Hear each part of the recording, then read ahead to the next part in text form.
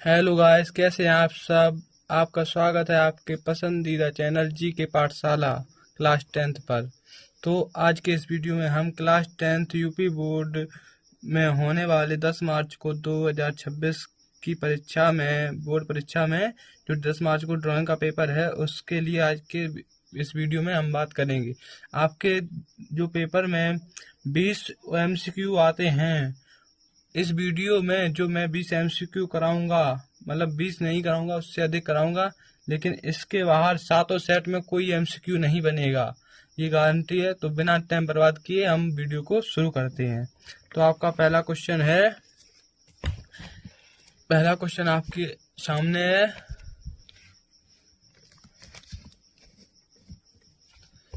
आपको साफ दिखाई दे रहा होगा, नहीं दिखाई दे रहा हो तो क्वालिटी बढ़ा लें। निम्न में से प्राथमिक रंग कौन सा है। प्राथमिक रंग के पहले आइए प्राथमिक रंग के बारे में जानते हैं। प्राथमिक रंग हमारे कितने होते हैं? 3। प्राथमिक रंग को ही हम प्राथमिक रंग को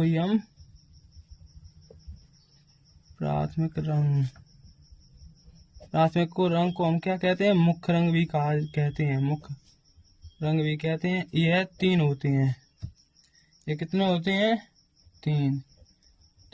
कौन कौन से होते हैं? यह 3 होते हैं। कौन कौन से? ये भी तो क्वेश्चन आ सकता है, कौन कौन से? तो लाल, पीला और नीला। लाल, पीला, नीला। तो इसमें क्वेश्चन में भी क्या गया, प्राथमिक रंग कौन सा है? तो देखो, ये लाल तो है नहीं। पीला है, ये रहा पीला है। इसका मतलब हमारा ऑप्शन नंबर डी हो जाएगा सही आंसर। ऑप्शन नंबर डी हो जाएगा सही आंसर। सफेद होता नहीं, काला होता नहीं, हरा होता नहीं। प्राथमिक रंग 3 होते हैं। ये क्वेश्चन 3 में से कोई भी ऑप्शन आ सकता था ये। इसके बाद और सफेद और काला, इन्हें सफेद और काला हमारे सफेद और काला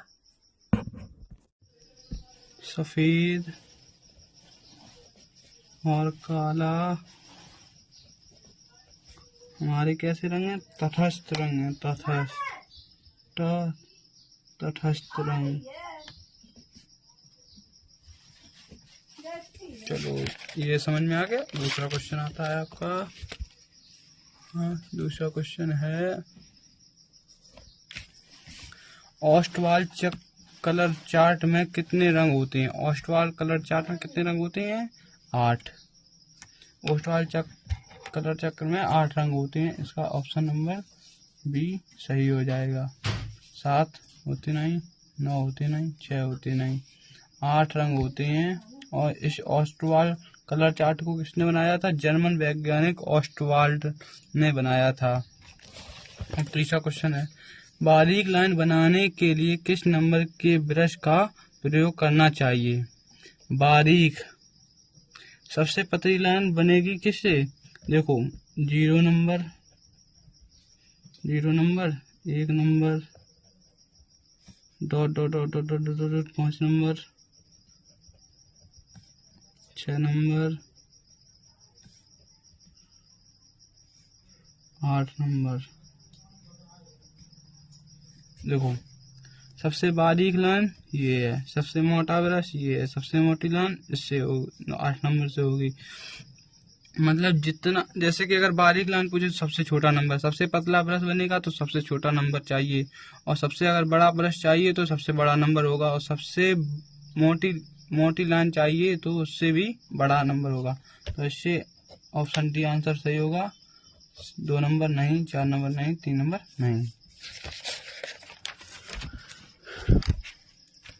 कौन सा रंग गर्म होता है? गर्म रंग होता है नीला, पीला, लाल, हरा। पहले तो प्राथमिक रंग जानते हो, लाल, नीला, पीला, ये प्राथमिक रंग है। गर्म रंग वैसे लाल होता है। और यदि लाल ऑप्शन में ना हो तो ऐसे करना। देखो, जो इंद्रधनुष में 7 रंग बनते हैं उनमें होता है क्या? VIBGYOR, BIBGYG।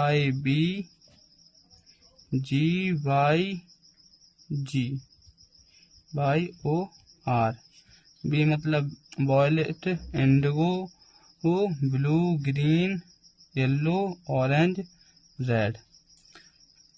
वॉयलेट बैंगनी होता है, इंडिगो जामुनी होता है, ब्लू नीला होता है, ग्रीन हरा होता है और येलो पीला, ऑरेंज नारंगी, रेड लाल। तो ये जो आखिरी के 3 रंग हैं, ये हैं कौन से रंग? ये रंग होते हैं गर्म रंग। आखिरी के 3 रंग ये होते हैं गर्म रंग, ये होते हैं ठंडे रंग।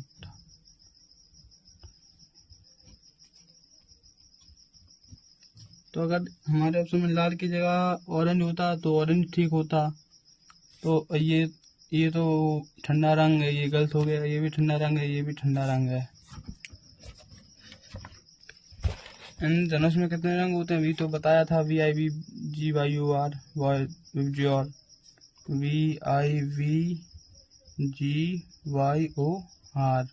ये 7 रंग होते हैं।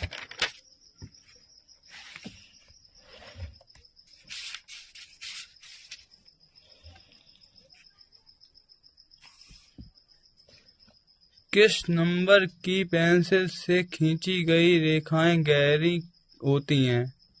देखो, गहरी यानी डार्क, ब्राइट। हल्की आ जाए, देखो HB हैं, 2H, 3H, 4H, 5H, 6H, 7H, 8H, 9H, 10H, 11H और 12H। इसी प्रकार ऐसे होता है HB, 2B, 3B, 4B, 5B, 6B,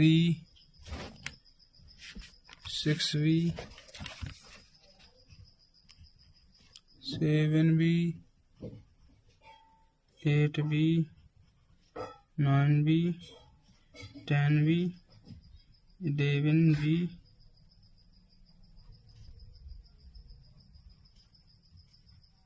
और 12B। जब गहरी यानी डार्कनेस या ब्राइटनेस की बात आ जाए तो B होता है। जितना बड़ा अंक ब्राइटनेस का होगा उतनी ही गहरी होगी। ये है गहराई, पेंसिल की गहराई का बढ़ता क्रम। पेंसिल की गहराई का बढ़ता क्रम। और ये है पेंसिल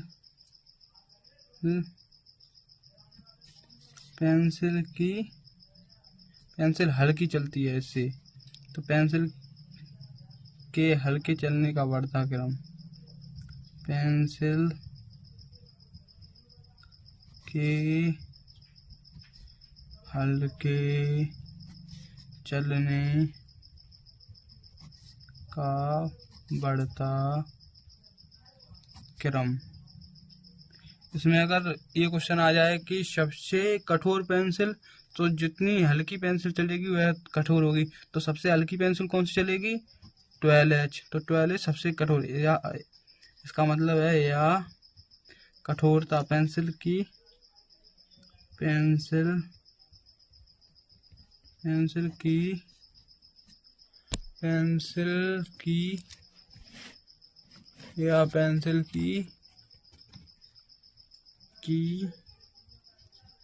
कठोरता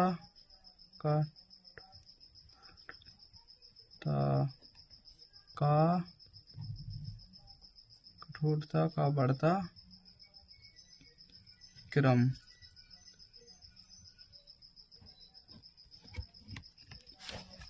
तो सबसे कम हल्की चलने वाली पेंसिल HB, सबसे अधिक हल्की चलने वाली पेंसिल 12H, सबसे गहरी चलने वाली पेंसिल 12B। मतलब सबसे जितना B का नंबर बढ़ा उतनी गहरी चलेगी। तो ऑप्शन में फिर 3B 4B 5B 6B हो तो 6B होगा इसका सही आंसर। अब इसमें पूछा क्या है, किस नंबर की पेंसिल से खींची गई रेखा सबसे गहरी होती, गहरी यानी ब्राइटनेस, तो बी पे चले जाओ और बी में आ जाएगा 2B। तो इसका आंसर होगा सही ही 2B, ये होगा आंसर हमारा सही। और ये HB, ये तो ना सबसे हल्की चलती है ना सबसे गहरी, ये सबसे कम होती है, ये हल्की होती है, ये भी उससे अधिक हल्की होती है। अब क्वेश्चन नंबर 7,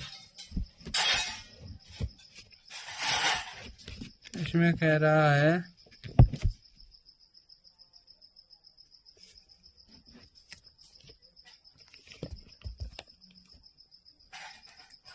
निम्नलिखित में से कौन सा द्वितीयक रंग है।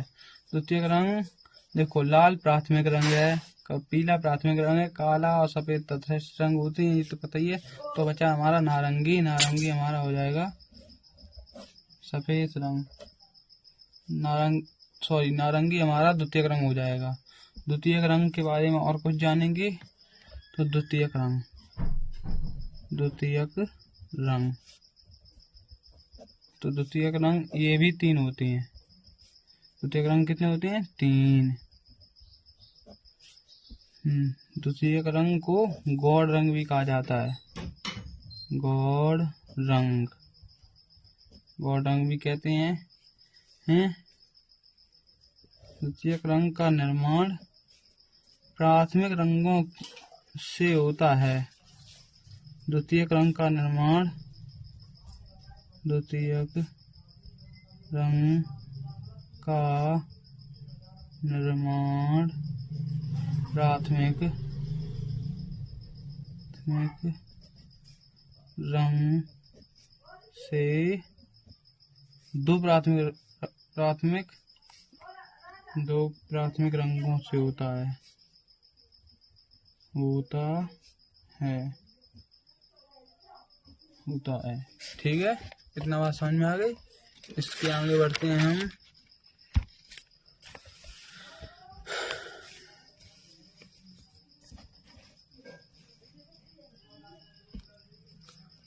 ये बहुत इम्पोर्टेंट क्वेश्चन है, क्योंकि यूपी बोर्ड के पिछले पेपर में प्रत्येक सेट में कम से कम 3 से 4 क्वेश्चन रंग मिलाकर पूछने वाले आते हैं।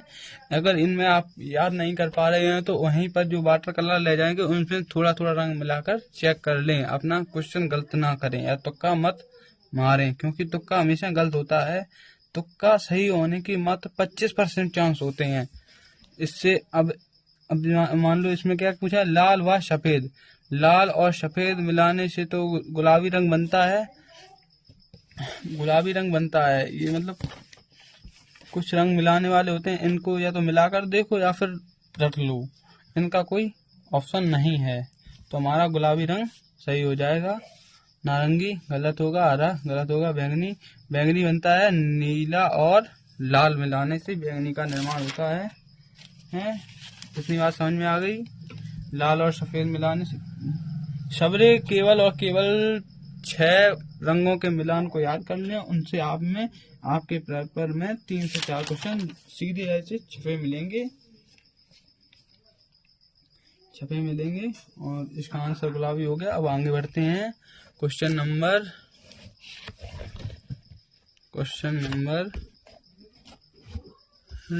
9 पे। 9 में लिखा है, बिना ब्रश की सहायता से कौन सा रंग लगाया जाता है। बिना ब्रश की सहायता से हम क्या जल रंग को लगा सकते हैं? नहीं। तेल रंग को लगा सकते हैं। टेम्पर ये दीवारों पे पेंट किया जाता है। टेम्पर कभी दीवारों पे बिना ब्रश के पेंट होता है? नहीं होता है। पेस्टल रंग पता क्या होते हैं? जो हम मोम कलर कहते हैं, बचपन में हमने मोम कलर सुना होगा, उसी को पेस्टल रंग कहते हैं। यह बिना ब्रश की सहायता से लगता है। तो इसका answer option number D is right one. Option D सही हो जाएगा। हम आगे बढ़ते हैं क्वेश्चन नंबर 10। इसमें क्या कह रहा है, हरा, नारंगी, बैंगनी निम्नलिखित में रंगों के वर्गीकरण में कहाँ स्थित हैं। तो प्राथमिक रंग कौन कौन से होते हैं हमारे? प्राथमिक रंग फिर से दोहराएंगे एक बार। प्राथमिक में कौन कौन से थे हमारे? 3 रंग आते हैं प्राथमिक रंग, इसको मुख्य रंग भी कहते हैं। ये क्वेश्चन आता है प्राथमिक रंग से 2 क्वेश्चन पर पक्का मिलेंगे आपको, लाल, नीला और पीला। और द्वितीयक रंग हम आपको अभी बता नहीं पाए थे, इसके लिए माफी चाहते हैं, लेकिन द्वितीयक रंग भी 3 होते हैं, ये तो हमने आपको बताया था, लेकिन द्वितीयक रंग कौन कौन से होते हैं ये नहीं बताया था, तो ये सुन लो। द्वितीयक रंग 3 होते हैं, ये तो आपको पता ही होगा। इसको गोल्ड रंग कहते हैं। द्वितीयक रंग को हमें आता है हरा, नारंगी व बैगनी। द्वितीयक रंग प्राथमिक रंग के 2 प्राथमिक रंगों से मिलकर बनता है। तो लाल प्लस नीला कैसा बनेगा? और नीला प्लस पीला और पीला प्लस लाल। पीला और लाल और नीला बन जाएगा बैंगनी।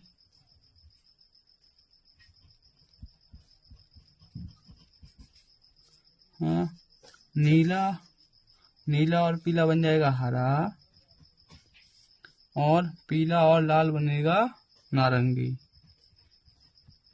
ये भी मिलान के ये 3 क्वेश्चन ये हो गए हैं। और एक वो भी आया था, कौन सा आया था? गुलाबी रंग वाला, सफेद और लाल में मतलब गुलाबी बनता है।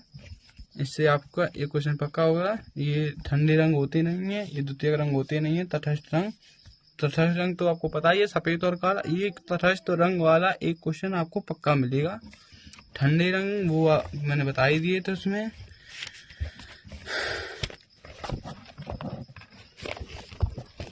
तो अब क्वेश्चन नंबर 11 पे पहुंचते हैं।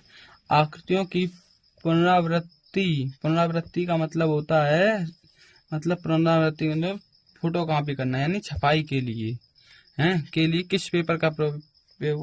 ये आपको याद करना पड़ेगा। इसका सही आंसर होगा ट्रेसिंग पेपर। ट्रेसिंग पेपर बहुत पतला पेपर होता है, जिससे किसी भी अक्षर की छपाई आसानी से हो जाती है। इसका सही आंसर होगा ट्रेसिंग पेपर। साधारण पेपर से तो छपाई होगी नहीं, चार्ट पेपर से तो आप बनाते ही उस पर आर्ट और कास्टर पेपर होगा नहीं, तो इसका आंसर ट्रेसिंग पेपर होगा। और अब हम बढ़ते हैं आगे बढ़ते हैं 12। अभी जाना मत, मतलब कि अभी लास्ट के 20 क्वेश्चन इतने इम्पोर्टेंट हैं कि ये आपको नए देखने को मिलेंगे, जो अभी तक बोर्ड में पूछे नहीं गए, क्योंकि इस बार बोर्ड पेपर में ज्यादा समय दिया गया है हमें। क्या सरल रेखा ल्यात्मक होती है? सरल रेखा ल्यात्मक होती ही नहीं है। पहली बात तो किसी आंसर से देखो, इसमें तुक्का कैसे मारेंगे? कह नहीं सकते, ये आंसर कभी नहीं होगा, क्योंकि क्वेश्चन पूछा है तो इसमें क्या कह नहीं सकते, तुम्हारी मर्जी चलेगी, और फिर ये भी आंसर कट जाएगा, इसमें से कोई नहीं। अब हाँ या ना में बचा है। सरल रेखा ये होती है, ये ल्यात्मक है, ये वक्र रेखा ल्यात्मक होती है, ये ल्यात्मक रेखाएं हैं, ये ल्यात्मक रेखा नहीं है। तो इसका सही आंसर होगा नहीं, ये भी नहीं होगा। इससे आंसर हमारा भी सही होगा। ये कौन सी है? ये सरल रेखा है, ये ल्यात्मक रेखा है। अब प्रश्न नंबर 11 आप चलते हैं हम। इसमें पूछा है लाल और नीला रंग मिलाने पर। मैंने आपको बताया था लाल प्लस नीला रंग मिलाने पर क्या बनता है? लाल और नीला रंग बनाने पर हमने आपको बताया था ना, लाल और नीला मिलेगा। लाल और नीला रंग बनाने पर नारंगी रंग, लाल और नीला रंग बनाने पर नारंगी रंग बनता है। मैंने आपको लाल और नीला बैंगनी बताया था। लाल और नीला रंग मिलाने हाँ, तो लाल और नीला रंग मिलाने पर हमेशा नीला कैसे मिलता है? बैंगनी से। इसकी ट्रिक हमेशा याद रखना, बैंगनी से। नीला बैंगनी कलर से मिलता है, तो लाल और नीला बैंगनी बनेगा। और नारंगी किससे मिलता है? नारंगी हल्का हल्का आपने देखा होगा पीले रंग से मिलता है। तो हमेशा याद रखना, नारंगी में पीला आएगा। कई किताबों में गलत दे रखा है, लेकिन इसका आंसर हमारा ऑप्शन नंबर डी सही होगा। Option number D is right one. बैंगनी कलर होगा। नीला मतलब बैंगनी और पीला मतलब नारंगी। हरा हमारा ठंडा रंग होता है। भूरा हमारा वो ना प्राथमिक रंग है ना द्वितीयक रंग है। तो दो प्राथमिक रंगों के मिलाने से हमेशा द्वितीयक रंग बनता है। ये भी ट्रिक लगा लेना, नहीं तो यहाँ पर ऑप्शन वैसे आसमानी आ जाता है। ऑस्टवाल चक्र के रंग दे दें। और ऑस्टवाल चक्र के आदर्श रंगों के अनुसार प्राथमिक रंग या मुख्य रंग 4 होते हैं। ये भी क्वेश्चन आ सकता है, क्योंकि ये अभी तक आया नहीं है और ये क्वेश्चन एक इम्पोर्टेंट क्वेश्चन है। और लाल और नीला रंग मिलाने से बैंगनी बनता है, तो ये नारंगी पीला रंग मिलाने से होगा। इसका option number D is right one. अब आते हैं 14वें क्वेश्चन पे। 14 नंबर क्वेश्चन हमारा क्या है? 14 नंबर क्वेश्चन हमारा है, हरा रंग नेत्रों पर कैसा प्रभाव डालता है? ठंडा। ये तो आपको हमने पूरी इसकी रामायण खोल दी थी। ठंडे रंग हमने आपको बताई थी। विजुअल में आगे के रंग ठंडे होते हैं तथा लास्ट के 3 रंग गर्म होते हैं। गर्म रंग तो वो 3 थे ही, सामान होते नहीं है। इनमें से कोई होगा नहीं या कोई प्रभाव नहीं पड़ेगा। सूर्य की रश्मियों, अब इसमें आप यहाँ पर किरणों की जगह रश्मियों कर दिया है। इसका अर्थ होता है किरण। अब रश्मियों कर दिया तो इससे बच्चा भटक सकता है। तो भटके ना, इसके लिए हम आपको बता रहे रश्मियों और किरणें एक ही बात होती हैं। इसका आंसर आप जानते ही हैं 7 होगा, क्योंकि आपको रश्मियों कर दिया तो आपने बच्चे कोई 9 करेगा, कोई 18 करेगा, लेकिन इसका आंसर ना 12 होगा, ना 18 होगा, ना 9 होगा। इसका आंसर होगा 7, क्योंकि 7 रंग बनते हैं विबज्योर, VIBGYOR। आपको पता है ये बात। देखो, इंद्रधनुष से 1 या 2 क्वेश्चन आना अनिवार्य है। इंद्रधनुष से हैं और हमारे रंगों से।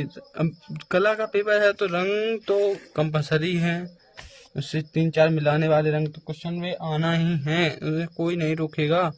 और हमारा क्वेश्चन नंबर 16 है। 16 में कहता है, रंग माध्यम में सबसे अधिक पारदर्शी रंग कौन सा होता है? रंग माध्यम में देखो, जो रंग माध्यम में सबसे अधिक पारदर्शी माध्यम, देखो अगर रंग माध्यम पूछ रहा है, देखो सबसे अधिक पारदर्शी रंग कौन सा होता है। इधर पे अगर पारदर्शी माध्यम पूछेगा तो उसका आंसर और कुछ होगा। यदि पारदर्शी रंग पूछेगा तो उसका आंसर ऑयल कलर होगा। Oil colour, option number D.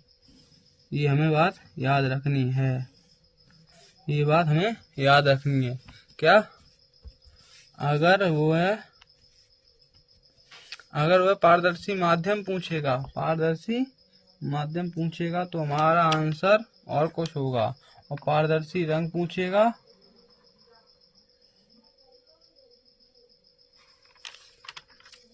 अगर माध्यम पूछता है तो माध्यम में सबसे अधिक पारदर्शी माध्यम होता है तेल रंग होता है सबसे अधिक पारदर्शी माध्यम। और अगर रंग पूछ रहा है तो ऑयल कलर होता है। ऑयल कलर और तेल कलर लगभग एक ही बात होती है, उसको हिंदी और इंग्लिश में कन्वर्ट करते हैं, उसमें आप भटकेंगे नहीं, एक ही बात है, ऑयल कलर या तेल कलर। काले का विरोधी सफेद होता है। ये हाई स्कूल के बच्चे जानते नहीं होंगे, ऐसा हो सकता है। काले का विरोधी सफेद रंग होता है। ये तटस्थ रंग होते हैं। हरा ठंडा रंग होता है। नीला प्राथमिक रंग है। नारंगी द्वितीयक रंग है। तथा लाल और पीला रंग मिलाने से कौन सा रंग बनता है? लाल और पीला, देखो लाल और पीला कैसा बनेगा?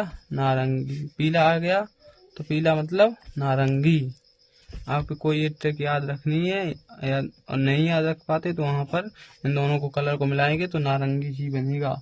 नाम तो आप सभी को आते ही होंगे। इसके लिए ऑप्शन नंबर सी हमारा सही हो जाएगा।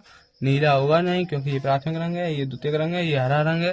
हरा रंग पता है, देखो लाल और पीला नारंगी हो जाएगा, और लाल और नीला, लाल और नीला बन जाएगा कैसा, नीला मतलब बैंगनी, और पीला और नीला हरा बनेगा, पीला और नीला हरा बनेगा। सफेद हमारा सफेद और काले का विरोधी है, तो इसे तटस्थ रंग भी कहते हैं। और लाल और हरा रंग मिलाने से कौन सा रंग बनता है। अब ये हमारा 5वां क्वेश्चन है, मतलब रंग मिलाने में लाल और हरा अभी तक तो पूछा नहीं था, अब पूछ रहे हैं।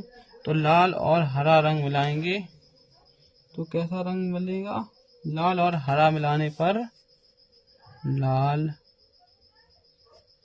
और हरा, लाल और हरा बनेगा। ये कैसा बनेगा, लाल और हरा रंग मिलाने पर पीला रंग बनता है, पीला रंग बनता है। इस पर हमें थोड़ा सा डाउट है, ये आप चेक कर लें क्वेश्चन, इस पर हम पे विश्वास ना करें, क्योंकि आप जानते ही हैं कि आलेखन कला में बहुत सारे क्वेश्चंस पर वो है क्या, त्रुटियां हैं।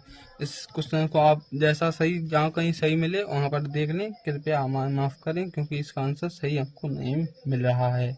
इसका ऑप्शन है भाई हमारे हिसाब से तो बी होना चाहिए, फिर आप देख लें कृपया, हम इस पर श्योर नहीं है, ये हमको गलत भी लग रहा है, भूरा हरा नारंगी, फिर भी आप देख लें, क्योंकि ये पहले तो सही होगा फिर गलत भी हो सकता है। तटस्थ रंग दो होते हैं, दो मतलब सफेद और काले। तटस्थ रंग से संबंधित एक क्वेश्चन आपके में आएगा ही, और निम्न में से कौन सा तटस्थ रंग है, सफेद और काला। ये आपको हम बहुत देर से क्वेश्चन पढ़ा रहे हैं, ये क्वेश्चन इसका मतलब इम्पोर्टेंट है, इनको रट लें। ऐसे प्रश्नों को तो एक बार में ही देखते ही हम सही आंसर करना चाहिए आपको। निम्न में से ठंडा रंग कौन सा है, ठंडा हरा है, ये तो हम आपको बता ही चुके हैं। ये नारंगी द्वितीयक रंग है, लाल गर्म रंग है, पीला गर्म रंग है, ठंडा हरा रंग है।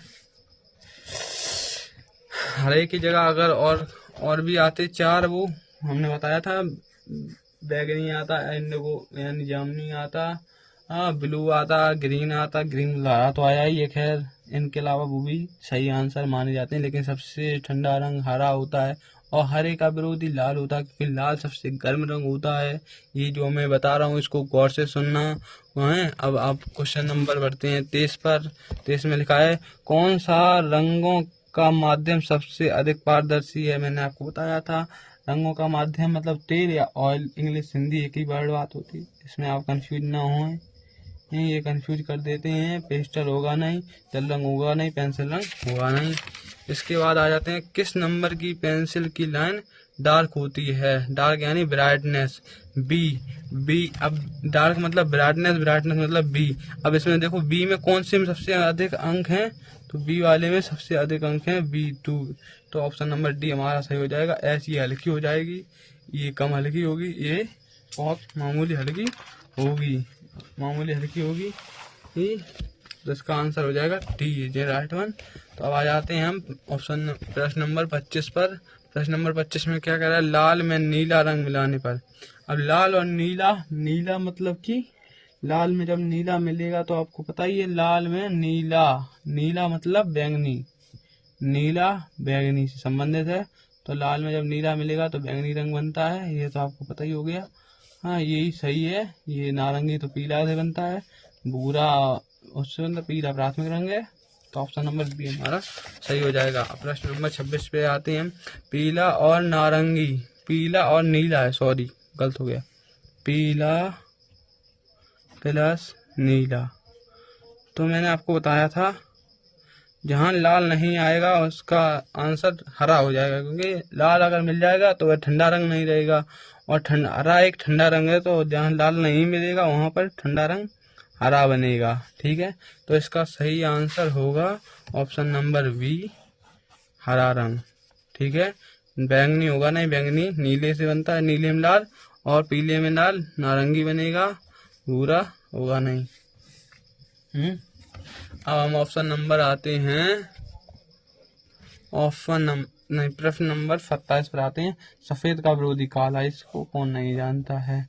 ये चित्रकला का पेपर सबसे सरल आता है, इसीलिए सफेद का विरोधी पूछेगा, में महज 5 प्रश्न कठिन आएंगे जिनमें बच्चों को मतलब टाइम लगेगा, और सब सरल आएंगे, ये आप कुछ ही समय में कर देंगे पेपर। इसमें आपको चित्र भी मैं बताऊंगा अभी कि कौन कौन से आते हैं, इम्पोर्टेंट चित्र भी बताएंगे आगे। आप मेरे साथ बने रहें। और कला शब्द, ये वाला क्वेश्चन प्रत्येक 7 सेट में मिलेगा। कला शब्द किस भाषा का है, इसे रट लो, इसमें मैं कंफ्यूज नहीं करूंगा। संस्कृत भाषा का है, ऑप्शन नंबर डी। और अंग्रेजी भाषा का है नहीं, हिंदी का है नहीं, उर्दू का है नहीं। कला शब्द संस्कृत भाषा का है। किस नंबर से खींची गई लाइन हल्की होती है? हल्की यानी एच का नंबर देखो सबसे बड़ा किसमें है, तो एच का नंबर सबसे बड़ा मुझे 2H में लग रहा है। ये होगा नहीं, HB 4B होगा नहीं, क्योंकि ये सबसे गहरी लाइन होती है, ये हमने आपको बता ही दिया है। अब हम पढ़ते हैं प्रश्न नंबर 30 पर। प्रश्न नंबर 30 पर, लाल में हरा रंग मिलाने से कौन सा रंग बनता है? लाल में हरा रंग मिलाने पर, लाल में हरा रंग मिलाओ, जब लाल में हरा रंग मिलेगा तो कौन सा रंग बनेगा? लाल में हरा रंग मिलाने पर कौन सा रंग बनता है? लाल में हरा रंग मिलाने पर पीला रंग बनता है। ये क्वेश्चन शायद आ चुका है, इस पर मुझे डाउट भी है, लेकिन ये इम्पोर्टेंट बहुत है, ये आप जरूर देखें। हमने आपसे पहले भी कहा है, अभी हमारे हिसाब से तो इसका ऑप्शन नंबर ए होगा, लेकिन आप इसको मिलाएं जरूर। ये होगा नहीं, ये होगा नहीं, ये होगा नहीं। प्रश्न नंबर 31, नीला रंग नेत्रों पर कैसा प्रभाव डालता है? मैंने आपको इसीलिए बताया था, ये कोई भी किसी भी चैनल पर आपको पढ़ने को नहीं मिलेगा। मैंने आपको बताया है BIBG,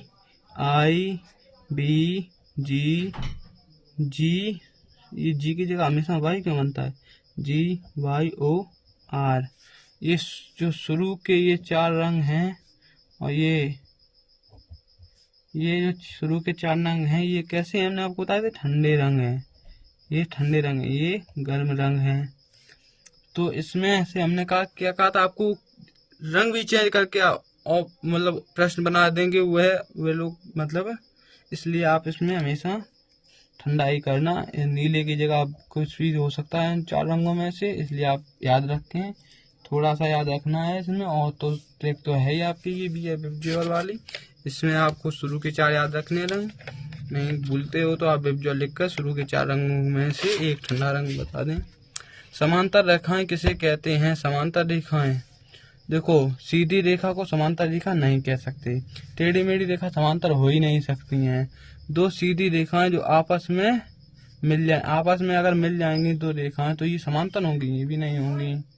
2 सीधी रेखाएं आपस में ना मिलें, ये 2 सीधी रेखाएं आपस में ना मिलें, ये समांतर रेखाएं हैं। ठीक है, ऑप्शन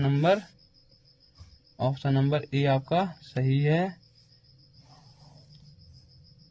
ऑप्शन नंबर ए आपका सही है। अब पहुंचते हैं 33 नंबर क्वेश्चन पे। सबसे महीन ब्रश निम्न में से कौन सा है? सबसे महीन ब्रश, मैंने आपसे कहा था महीन आए छोटा ब्रश आए तो सबसे छोटा अंक ढूंढना। अगर सबसे मोटा ब्रश या सबसे बड़ा ब्रश या सबसे मतलब बड़ा ब्रश या बड़े में आए तो सबसे बड़ा अंक, और छोटे में आए तो सबसे छोटा अंक, तो हमारा हो जाएगा 1 नंबर का सबसे महीन ब्रश होगा, option number C right one. ये आपको ट्रिक हमने बता रखी है, अगर इन ट्रिक को आप फॉलो करते हैं तो आप OMR में 15 अंक तो ट्रिक से ही सही कर लेंगे, क्योंकि इस बार कला का पेपर आप तो जानते हैं कठिन आएगा, क्योंकि इतना गैप किसी भी पेपर में नहीं दिया UPMSC में। तो इसी कारण कला में 5 MCQ शायद, मेरे अनुभव के अनुसार बता रहे हूँ मैं, कि 5 MCQ आपको बिना दिखे हुए मिलेंगे, लेकिन आप अगर यहाँ से पढ़ रहे हैं तो आपको वह 5 MCQ भी दिखे हुए मिलेंगे। तो किन 2 रंगों के मिश्रण से हरा रंग बनता है? लाल हो तो हरा, जहाँ लाल है वहाँ हरा बन ही नहीं सकता, लाल वालों को उड़ा दो। ठीक है, अब देखो हरा रंग एक द्वितीयक रंग है, द्वितीयक रंग 2 प्राथमिक रंगों से मिलकर बना होता है, लेकिन बैंगनी भी एक द्वितीयक रंग है, option number B right one. ये हमारी देखो हमने कहीं इसमें अपने थोड़ा सा भी नहीं दिमाग लगा, कॉन्सेप्ट को आप पकड़ो और आपका आंसर ठीक हो जाएगा। तो पीला और नीला से हरा रंग बन जाता है। अब हम प्रश्न नंबर 35 पर पहुंचते हैं। 35 में रेखा किसे कहते हैं? रेखा हमेशा याद रखना, इसमें हम आपको कंफ्यूज नहीं करेंगे क्योंकि ये बहुत मोस्ट इम्पोर्टेंट क्वेश्चन है। ये आपको देखने को मिलेगा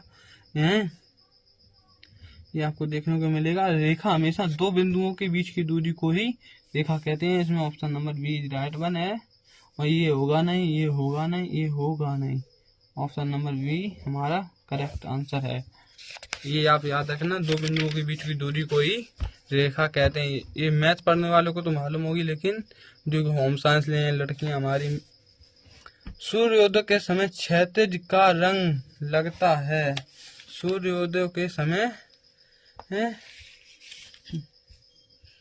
देखो, सूर्योदय के समय मतलब सूर्योदय, तो इसका हम पूरा आपको सही अर्थ बताएंगे अभी कि सूर्योदय के समय देखो, जो सूर्य उदय हो या अस्त हो, सूर्योदय हो, उदय होते समय आप देखते होंगे नीचे आपके सामने सूर्य शुरू से तो होता ही है, इसीलिए वहाँ नीचे देखना लाल होगा, और जब अस्त होता है तब भी लाल होता है। कभी कभी इतना ज्यादा लाल हो जाता है कि हमें आसमान का रंग भी लाल दिखने लगता है।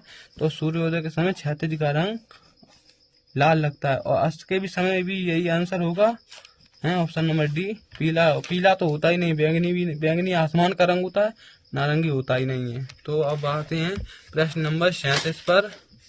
प्रश्न नंबर 37 हमारा क्या कह रहा है?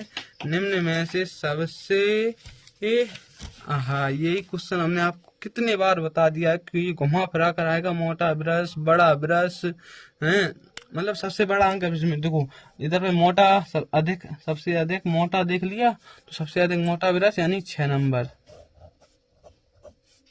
ये 1 नंबर महीन हो जाएगा। ये भी ये सभी महीने, ये उससे बड़ा होगा, ये उससे बड़ा होगा, ये सबसे बड़ा हो जाएगा, मतलब सबसे मोटा हो जाएगा। अब आते हैं 38 नंबर प्रश्न पर। हम 38 नंबर प्रश्न पर जैसे ही पहुंचेंगे,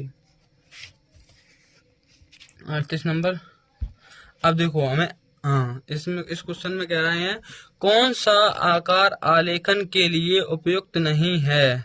देखो वर्ग में हम आलेखन बना सकते हैं, ठीक है, वर्ग में हम आलेखन बना सकते हैं, त्रिभुज में हम आलेखन बना सकते हैं, वृत्त में आलेखन बना सकते हैं। क्या आप इसमें आलेखन बना सकते हो? इसमें ये कोण एंगल होता है, इसमें आलेखन नहीं बनेगा। तो ये हमारा बन जाएगा, इसमें बन जाएगा, इसमें बन जाएगा, इसमें बन जाएगा, इसमें नहीं बनेगा। तो ऑप्शन नंबर हमारा डी हो जाएगा सही, कोण में आलेखन नहीं बनेगा, त्रिभुज में बन जाएगा। ये नहीं वाला भी क्वेश्चन याद रखना, ये नहीं बहुत दिक्कत देता है। काले रंग का विरोधी रंग, ये देखो ये क्वेश्चन घुमा फिरा कर आ रहे हैं। काले का विरोधी हमेशा सफेद होता है, इन्हें तटस्थ रंग भी कहते हैं। हरा रंग ठंडा रंग होता है, ये द्वितीयक रंग में आता है। लाल प्राथमिक रंग होता है, गर्म। हरे का विरोधी लाल होता है, लाल का विरोधी हरा होता है। पीला रंग प्राथमिक रंग होता है। ये आपको हम सब बताते चल रहे हैं अभी। प्राथमिक रंग को मुख्य रंग कहते हैं, ये बात हमने आपको बताई थी। अब यही क्वेश्चन आ रहा है, प्राथमिक अथवा मुख्य रंग कौन से हैं? प्राथमिक अथवा मुख्य रंग कौन से हैं? लाल, नीला और पीला हैं। ये ऑप्शन नंबर में शायद इसमें लिखा होगा, इनमें से कोई नहीं, इनमें से कोई नहीं, ठीक है। लाल, नीला, पीला, ये तो हम इसमें आपको टाइम बर्बाद नहीं करेंगे, ये आपको हमने सब पहले ही प्रश्न से बता दिया है। 3 मुख्य रंग, प्राथमिक रंग 3 होते हैं, मुख्य रंग भी कहते हैं, लाल, नीला, पीला, ठीक है, ये याद रखेंगे। तटस्थ रंग युग्म कौन सा है? ये लो फिर आ गया, अब युग्म करके आए। ये सब ये रिपीटेड क्वेश्चन है, ये एक ही क्वेश्चन को हमने नहीं इसमें उतारा, ये आपके बोर्ड एग्जाम में पूछे हुए क्वेश्चन है। ये जैसे इसमें युग में लगा दिया, किसी में संख्या पूछ देते हैं, किसी में काले का विरोधी पूछेंगे, किसी में सफेद का विरोधी पूछेंगे, ऐसे ही करके ये तटस्थ रंग तो आना ही है आपके में। एक वो कला शब्द किस भाषा से लिया गया है? संस्कृत भाषा से। ये क्वेश्चन ऐसे हैं, ये एचटी आपको छपे मिलेंगे। 15 क्वेश्चन तो आसान होंगे, लेकिन 5 क्वेश्चन जो कठिन होंगे उनको हमने आखिरी 20 क्वेश्चन में रखा है। उन्हें अगर आपने नहीं देखा तो आप अपने 5 नंबर गवा देंगे। तो इसका तो आंसर आपको पता ही है, काला और सफेद। ये नहीं, ये नहीं, ये नहीं। अब आ जाते हैं 42 नंबर क्वेश्चन पर। 42 नंबर क्वेश्चन पर आते हैं। इसमें कहा गया है क्या, हाँ, निम्न में से कौन सा शीतल, अब देखो ये शीतल कर दिया, इधर शीतल या ठंडा एक ही बात होती है, ये तो आप जानते ही होंगे। ऑप्शन नंबर सी सही है, लाल होगा नहीं, नारंगी होगा नहीं, पीला होगा नहीं। चलो अब आते हैं प्रश्न नंबर 43 पर। पीले रंग का विरोधी रंग कौन सा है, पीले का विरोधी कौन सा है। अब पीले रंग का विरोधी रंग आपको पता लगाना है। पीले रंग का विरोधी रंग, ये ऑस्टवाल चक्र से है ये क्वेश्चन। ऑस्टवाल चक्र में 8 रंग होते हैं, 8 और प्रत्येक एक दूसरे के विरोधी के सामने रखा जाता है। ऑस्टवाल चक्र में पीले के सामने विरोधी, पीले के सामने धानी रंग होता है। हमारे पास अभी सुविधा नहीं है, हम अभी स्मार्ट बोर्ड ले रहे हैं। स्मार्ट बोर्ड पर आपको हम उसकी फोटो भी दिखाएंगे। हरा ठंडा रंग होता है, नीला प्राथमिक रंग होता है, सफेद और काला तटस्थ रंग होता है। पीले का विरोधी धानी, पीले का विरोधी धानी होता है, पीले का विरोधी रंग धानी रंग होता है, ये आपको याद रखना है। प्रश्न नंबर 44 पे हम पहुंचते हैं। कमरे की छत हेतु, ये कमरा, इसकी छत ये है, कमरे की छत हेतु वो कौन सा आलेखन उपयुक्त किया जाए। कमरे की छत पे आप यहाँ आलेखन लगाएंगे या यहाँ लगाएंगे या यहाँ लगाएंगे या यहाँ लगाएंगे या यहाँ लगाएंगे। अगर हमको तो इधर पे अच्छा लग रहा है, क्योंकि सभी लोग अपने ज़्यादातर मकानों में आपने देखा होगा कि एक छत के बीचों बीच लगाते हैं। इस बीचों बीच को हम केंद्रीय आलेखन कहते हैं। तो कमरे की छत हेतु जौन सा आलेखन उपयुक्त किया जाता है उसे केंद्रीय आलेखन कहते हैं। ये आपको हमने समझा दिया, ये आप भूलेंगे नहीं। इसको मैंने इसलिए टाइम दिया है क्योंकि ये बहुत इंपॉर्टेंट क्वेश्चन है। ये आएगा कोने कोने में तो लगाएंगे नहीं, किसी कोने में लगा दो। किनारी, तो किनारी मतलब साड़ी होगा, ये होगा नहीं। किनारी, अगर किनारी वाला पूछा जाएगा तो किनारी किसमें, किनारी की साड़ी आपको बनाई गई होगी, किनारी बनाए।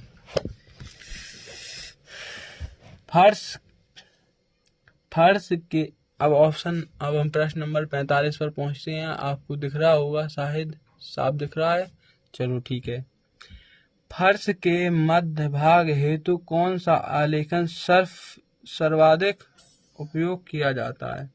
अब देखो फर्श के मध्य भाग, अब फर्श में देखो ये जो फर्श अर्श है, जो धरती में हम हमेशा कैसे अधिक सोपानी बनाते हैं, इनको अधिक सोपानी बनाते हैं।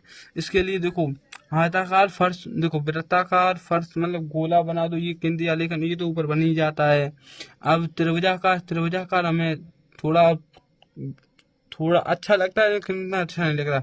मतलब फर्श में जितनी अधिक भुजाओं वाला वो लिया जाएगा पृष्ठ, उतना ही अच्छा होगा। इसमें देखो षष्ठभुजाकार लिया जाएगा, क्योंकि जितनी अधिक भुजाएं होंगी उतना ही अच्छा आलेखन लगेगा हमारा। फर्श पर जितनी अधिक भुजाएं होंगी उतना अच्छा आलेखन लगेगा। आयताकार तो फर्श ही होता है, त्रिभुजाकार थोड़ा कम अच्छा लगता है, वृत्ताकार केंद्रीय आलेखन हम इसको कमरे की छत पर प्रयोग करते हैं। अब प्रश्न नंबर हम आते हैं 46 पर। 46 में कहते हैं कपड़े की रंगाई हेतु, ये क्वेश्चन अभी तक नहीं पूछा गया, लेकिन इस बार 2026 10 मार्च को आपको जो पेपर मिलेगा, इसमें कम से कम 3 सेटों में ये क्वेश्चन आएगा। क्योंकि हमने कहा है आपसे 5 क्वेश्चन बहुत कठिन आएंगे, जो आपके 5 अंक चले जाएंगे। इसको रट लीजिएगा, इसमें आपको घुमाएंगे नहीं। कपड़े की रंगाई हेतु कौन सा रंग सर्वाधिक उपयोग किया जाता है। एक्रिलिक है, एक्रिलिक रंग। देखो ये रंग प्रिंटिंग के लिए होते हैं, ये आपको पता ही होगा। एक्रिलिक रंग कपड़े की रंगाई हेतु प्रयोग किया जाता है, ठीक है, एक्रिलिक रंग। ये वाला क्वेश्चन आपके बोर्ड एग्जाम में जरूर आएगा। देखो स्लेटी रंग किन रंगों के मिश्रण से बनता है। ये आपका रंग मिश्रण में से 6वां सवाल है शायद, क्योंकि मैंने कहा था आपको कि 8-9 रंग ऐसे होंगे जो बार बार आएंगे, और आपके 4 क्वेश्चन प्रत्येक सेट में देखने को मिलेंगे। तो स्लेटी रंग अगर आप थोड़ा सा भी दिमाग लगा देंगे कि ये रंग मिश्रण के साथ साथ ये तटस्थ रंगों से भी संबंधित है, क्योंकि स्लेटी तटस्थ रंग होते हैं काला और सफेद, काले और सफेद के मिश्रण से ही स्लेटी रंग बनता है। और जो तटस्थ रंग होते हैं वो भी हमारे काले सफेद होते हैं। इसका मतलब है हमारा आंसर हो जाएगा काला और सफेद। इससे इसके मिश्रण से हमारा स्लेटी रंग बनता है। नीला और सफेद नहीं बनता। पीला और सफेद, पीला और सफेद आप बता सकते हैं? आप बता दें तो बता दें कमेंट में, नहीं तो हम अपने क्वेश्चन को आगे बढ़ाते हैं। अब प्रश्न नंबर हमारा आता है क्या 48 प्रश्न नंबर पर पहुंच गए हैं। वर्ड, ये कुछ ऐसे प्रश्न हैं जो आपको छपे हुए मिलेंगे, ऐसा ही इसमें ऑप्शन भी नहीं बदला हुआ होगा, क्योंकि 48 नंबर प्रश्न है। ये मैं आपको बता रहा हूँ, ये 8 या 9वें नंबर पर मिलेगा। वर्ड का क्या अर्थ है? वर्ड, अब आप पढ़ रहे हैं चित्रकला, तो चित्र आदमी जो बच्चे होंगे वो चित्र लगाएंगे। वर्ड ध्वनि भी होती है कुछ वैसे, मतलब वर्ड ध्वनि, वर्ड हम बोलेंगे तो ध्वनि करेगी, कुछ बच्चे इसमें व्यापित हो जाएंगे। लेकिन वर्ड का अर्थ रंग होता है, ये याद रखना है आपको, क्योंकि ये इसमें 3 क्वेश्चन बनते हैं। इससे एक क्वेश्चन और बनेगा कि हमारा भारतीय ध्वज कैसा है। उसमें ऑप्शन होगा 1 वर्डीय, 2 वर्डीय, 3 वर्डीय या बहुवर्डीय। तो उसमें वर्डीय का अर्थ भी, उसमें भी रंग ही होगा। अभी आगे क्वेश्चन आ भी सकता है, ये देखते हैं, नहीं तो आपको लास्ट में इसके बारे में बताएंगे हम कि भारत, आपको पता हो तो अभी तक कमेंट में बता दें कि भारत का राष्ट्रीय ध्वज कैसा है। ऑप्शन आपको हम बता ही चुके हैं। अब हम पहुंचते हैं प्रश्न नंबर 49 पर। ऑस्टवाल किससे संबंधित है? ये भी आप नहीं बता पाएंगे तो क्या बता पाएंगे? ऑस्टवाल किससे संबंधित है? ऑस्टवाल हम आपको बहुत देर से बता रहे हैं। ऑस्टवाल रंगों से संबंधित है। कितने रंगों से संबंधित है? 8 रंगों से संबंधित है। 8 रंग ऑस्टवाल किसने बनाया था? जर्मन वैज्ञानिक ऑस्टवाल ने ऑस्टवाल चक्र का निर्माण किया था। तो ऑस्टवाल किससे संबंधित है? रंगों से। ये मतलब ये क्वेश्चन नॉर्मल नहीं है, मैं आपको ऐसे ही पढ़ा रहा हूँ, इसका मतलब ये मत समझना कि ऐसे ही हम ऐसे ही पढ़ा रहे हैं। ये बहुत इंपॉर्टेंट क्वेश्चन है। ये इनसे बाहर 7 सेट में कोई क्वेश्चन नहीं आएगा। अभी आखिरी के 20 क्वेश्चन तो ऐसे होंगे जो किसी टीचर ने भी नहीं पढ़ाए होंगे। लाल और हरा रंग है, लाल और हरा रंग है। अब लाल और हरा रंग हमने आपको कैसा बताया था? लाल गर्म है, हरा ठंडा रंग है। लाल गर्म रंग है, हरा ठंडा रंग है। तो लाल और हरा रंग कैसा रंग है? लाल और हरा रंग। इस क्वेश्चन में मुझे थोड़ा सा डाउट है, क्योंकि उष्ण रंग का भी मतलब यही होता है कि एक दूसरे का विपरीत। लेकिन लाल और हरा रंग मुझे लग रहा है कि ये विरोधी रंग भी हो सकता है, क्योंकि लाल और हरा विरोधी रंग है। लेकिन आप मिला लेना, लेकिन उष्ण रंग इसका आंसर सही है। मैंने गूगल पे सर्च किया तो उष्ण रंग बता रहा था, लेकिन मुझे इसका विरोधी रंग लग रहा है। इससे भी आप मिला लेना। ये इम्पोर्टेंट बहुत है, इम्पोर्टेंट क्वेश्चन है, लेकिन आपको मिलाना पड़ेगा। हमें माफ कीजिएगा इसके लिए।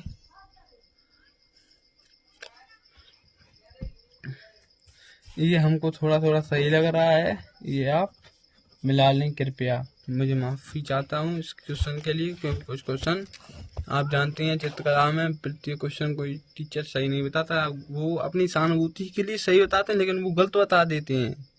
हाँ, ये देखो, यही क्वेश्चन आपसे पूछा था, इसका आंसर किन किन बच्चों ने दिया है वह हमें बताएं, उन्हें हम लाइक करेंगे। भारत का राष्ट्रीय ध्वज है, भारत का राष्ट्रीय ध्वज है। देखो, एक वर्डी है, वर्डहीन तो है ही नहीं, ये सभी हो नहीं सकता। अब आगे एक वर्डी है, बहुवर्डी है, तो इसका आंसर क्या होगा बताइएगा, क्योंकि एक वर्डी यानी एक रंग होगा। एक रंग भारत का राष्ट्रीय ध्वज में है नहीं, भारत के राष्ट्रीय ध्वज में 3 रंग हैं, तो बहुवर्डी हो गया इसका आंसर है। ये आप याद रखिएगा। इसके वो बन सकते, जिसमें त्रिवर्डीय हो जाएगा तो वो सही हो जाएगा। इसके ऑप्शंस बदले जा सकते हैं, इसलिए आप भ्रमित ना हो और हमारे अगले प्रश्न को देखते। एक चित्र के लिए सबसे महत्वपूर्ण घटक हैं। अब आप बताएं, आप एक चित्र के लिए सबसे महत्वपूर्ण घटक है। देखो, आलेखन, आलेखन तो बनाया ही जाता है, ये आलेखन नहीं होगा क्योंकि आलेखन तो बनाते ही। एक चित्र के लिए सबसे महत्वपूर्ण घटक है विरोधी रंग। विरोधी रंग का प्रयोग ना करो तो भी कोई दिक्कत नहीं, लेकिन संयोजन होना आवश्यक है, क्योंकि चित्र बनाते समय अगर हमारे चित्र का संयोजन सही नहीं है तो हमें चित्र आकर्षण नहीं लगेगा। अच्छा फ्रेम अच्छा ना हो तो हम धरती पर भी बना लेते हैं चित्र को। हम तो देहात के हैं, क्योंकि यूपी बोर्ड के तो यूपी बोर्ड के 75% देहात से ही आते हैं। ये बात इन्हें लगता है पता नहीं है। निम्न में से कौन सी ल्यात्मक रेखा है? अब हमने आपको ल्यात्मक रेखा शायद आगे पीछे भी क्वेश्चन एक आया था, उससे कराया था।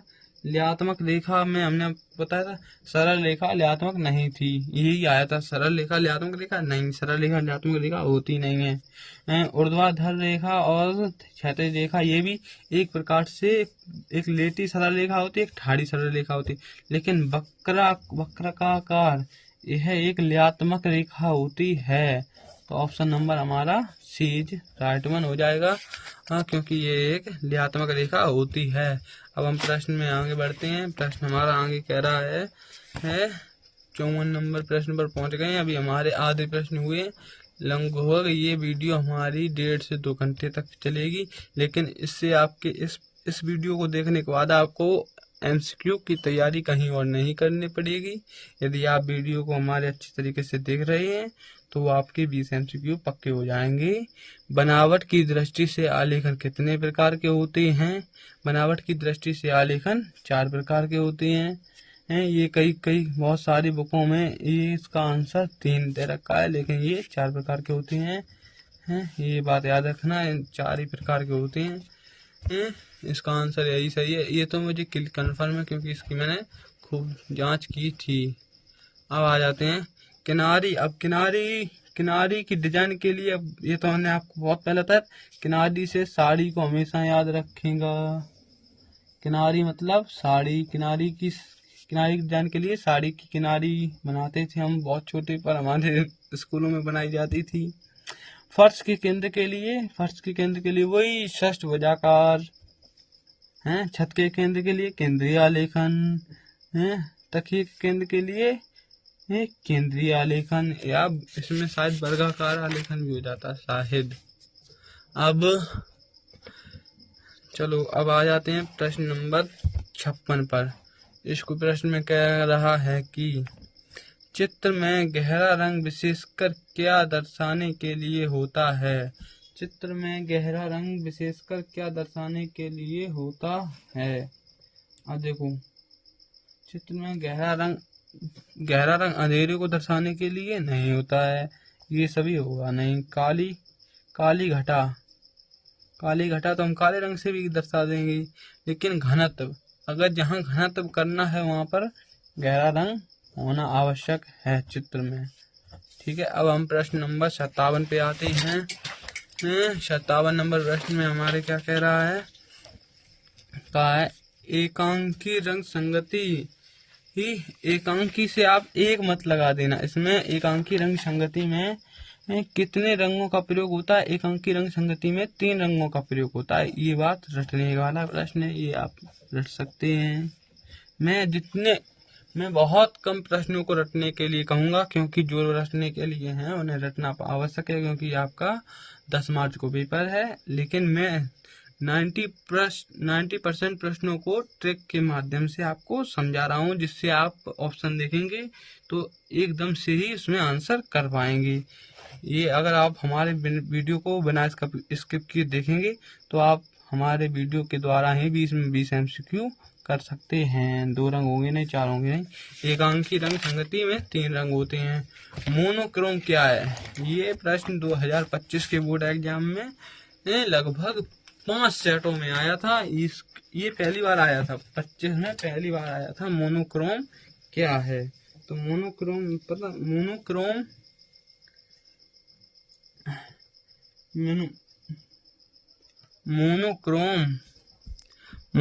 देखो, रंगों का मिश्रण नहीं है। रंगों के मिश्रण से एक नए रंग का निर्माण होता है, वो तो हमको पता ही है। चलो ठीक है। रंगों का गाढ़ापन क्या मोनोक्रोम होगा? नहीं होगा। एक ही रंग के विविधतान, एक ही रंग के विभिन्नतान हो ही नहीं सकते हैं। हाँ, रंगों की विविधतान, हाँ, अनेक रंगों की विविधतान हो सकते हैं। एक रंग से विभिन्न मतलब विविध मतलब विभिन्न होता है। एक रंग से विभिन्न रंग विभिन्न टोन बन ही नहीं सकती, लेकिन अनेक रंगों से विभिन्न टोन बनना मोनोक्रोम कहलाता है। ऑप्शन नंबर डी हमारा सही होगा। रंगों की विविधता टोन से बनना मोनोक्रोम कहलाता है, ये याद रखना, ठीक है। आंखों में जो तंतु, ये जिन बच्चों ने क्लास 10th की साइंस की फिजिक्स पार्ट को सही से पढ़ा है वो बहुत आसानी से इसका प्रश्न दे सकते हैं, क्योंकि आंखों में जो तंतु रंग का अनुभव करता है उसे रेटिना कहते हैं। हाँ, हमारे बच्चे, बहुत से बच्चे इसका आंसर पहले से ही जानते होंगे, क्योंकि साइंस का पेपर हो चुका है आपका। और किन किन बच्चों का साइंस का पेपर अच्छा गया है वो बताएं। टिंड रंग कौन सा है? टिंड रंग सफेद रंग है, ये आपको याद करना पड़ेगा, इसकी कोई ट्रिक नहीं है। टिंड रंग सफेद रंग है। अब प्रश्न नंबर 62, आलेखन ट्रेस करने के लिए कौन सी पेंसिल का प्रयोग करना चाहिए? ट्रेस हमने आपको देखो जो हल्की और ब्राइटनेस में बताई थी, अब उसी प्रश्न पर आधारित इसमें एक नए शब्द का प्रयोग कर दिया, जिसमें लगा दिया गया इसका ट्रेस। लेकिन ट्रेस करने के लिए भी हमें ब्राइटनेस की आवश्यकता होती है, अधिक ब्राइटनेस वाली पेंसिल।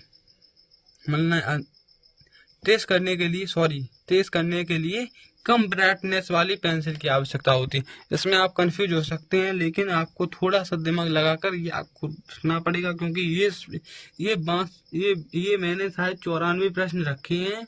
ये 94 प्रश्न में 94 भी प्रश्न 7 सेटों में अलग अलग रूप में देखने को मिलेंगे। ये इसमें 94 प्रश्नों में से एक भी प्रश्न आपका बिना इम्पोर्टेंट या फिर बिना याद किए आपका नंबर कम सक्का हो सकते हैं। देखो, आलेखन ट्रेस करने के लिए कम ब्राइटनेस वाली पेंसिल की आवश्यकता होती है। तो कम, देखो ये अधिक ब्राइटनेस वाली है, ये तो हल्की हैं, इनका कोयला कठोर होता है, ठीक है। ये हो गया, ऑप्शन नंबर बी हमारा सही हो गया। अब टाइम थोड़ा ज़्यादा लग रहा है, इसीलिए हम अभी थोड़ी सी स्पीड बढ़ा देते हैं, इसके लिए हम माफ़ी चाहेंगे। ये जिन ने हमारे वीडियो को लाइक नहीं किया वो लाइक करें और अपने चैनल को सब्सक्राइब करें, क्योंकि 2027 यूपी बोर्ड की तैयारी पूरी इस हमारे चैनल से कीजिएगा, एकदम मुफ्त पढ़ाएंगे हम। अब देखो, भारत का राष्ट्रीय पुष्प ये भी आएगा, क्योंकि ये जो एक प्रश्न है तो आपको हम बता ही चुके हैं। आलेखन चित्रकला में कोई 5 प्रश्न ही कठिन आएंगे और 5 प्रश्न कठिन आएंगे और 15 प्रश्न बहुत सरल आएंगे। चारकोल क्या? चारकोल एक ग्रेफाइड है जो हम पेंसिल में उपयोग करते हैं, ग्रेफाइड है चारकोल। ऑप्शन नंबर ए सही है, लाल रंग है नहीं, ये सब होगा नहीं, ये होगा नहीं। अब हम आते हैं प्रश्न नंबर 65। प्रश्न नंबर 65 क्या कह रहा है?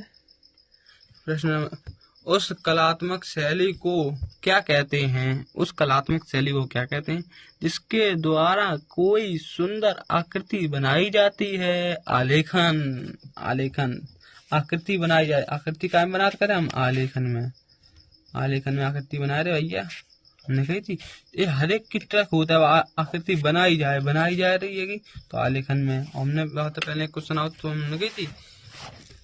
लेकिन अब निम्न में से किसकी सहायता से आलेखन को प्रभावित बनाया जाता है?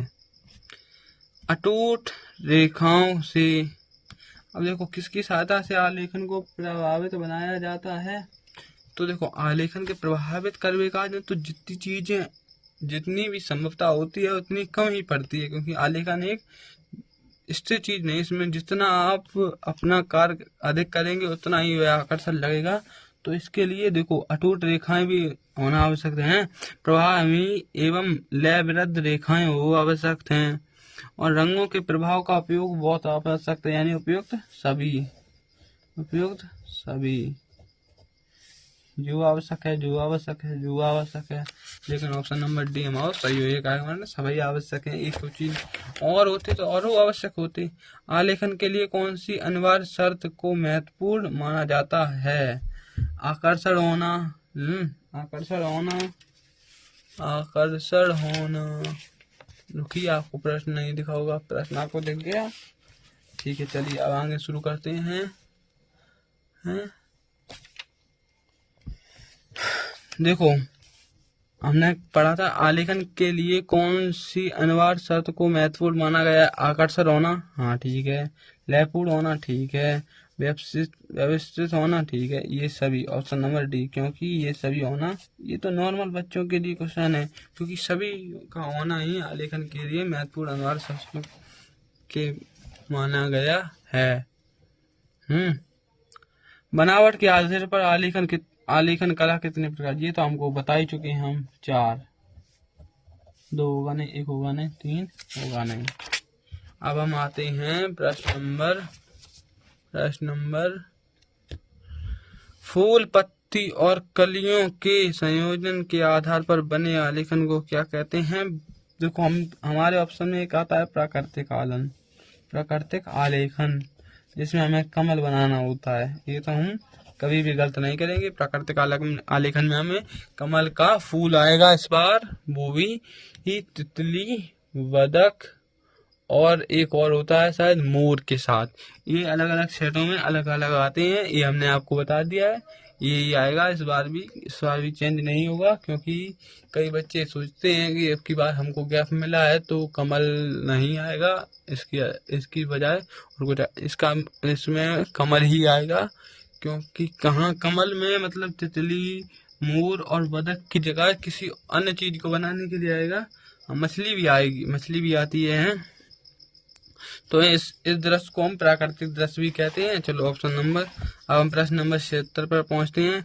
किस प्रकार के आलेखन, आपको प्रश्न दिख रहा है सही? हाँ ठीक है। किस प्रकार के आलेखन में चित्रकार कलाशीलता के आधार पर प्राकृतिक रूपों को आकर्षक रूप देता है?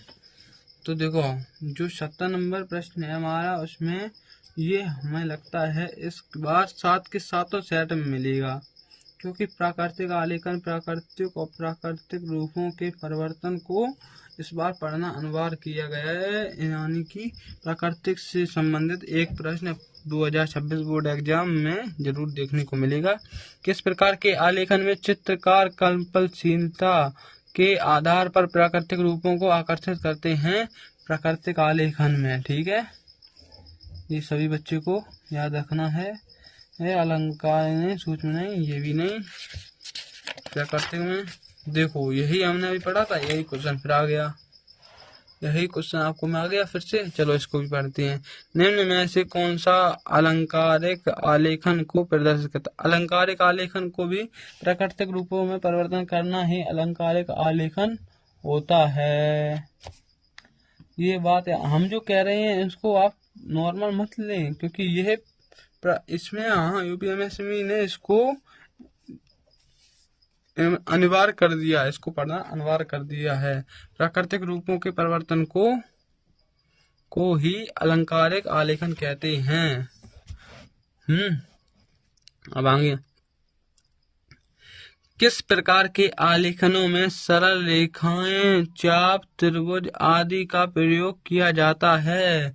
आपने तो ज्यामिति, जिन बच्चों ने मैथ लिया वो तो जानते ही हैं, ज्यामिति में ही सरल रेखाएं, चाप और त्रिभुज का प्रयोग किया जाता है। जिन बच्चों ने मैथ नहीं लिया वो है इन लोग इस प्रश्न को रटें, क्योंकि आपने मैथ नहीं लिया है तो आपको रटना पड़ेगा। ज्यामिति में ही चाप, आपके मैथ में से एक रचना नाम से 11th चैप्टर था, उसको हटा दिया गया है। पाठशाला था, इस बार हटा दिया गया। उसी में ही चाप का लगाकर हम एक रचना बनाते थे।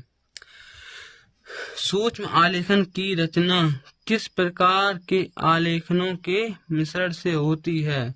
सूक्ष्म आलेखन की संरचना किस प्रकार के आलेखनों के मिश्रण से होती है। देखो हमने आपसे कहा था सूक्ष्म आलेखन सभी आलेखनों से मिलकर बनता है, चाहे उसमें प्राकृतिक आलेखन हो या अलंकारिक आलेखन हो या ज्यामितीय आलेखन हो, इन सभी के मिश्रण से ही सूक्ष्म आलेखन की ही रचना बनती है।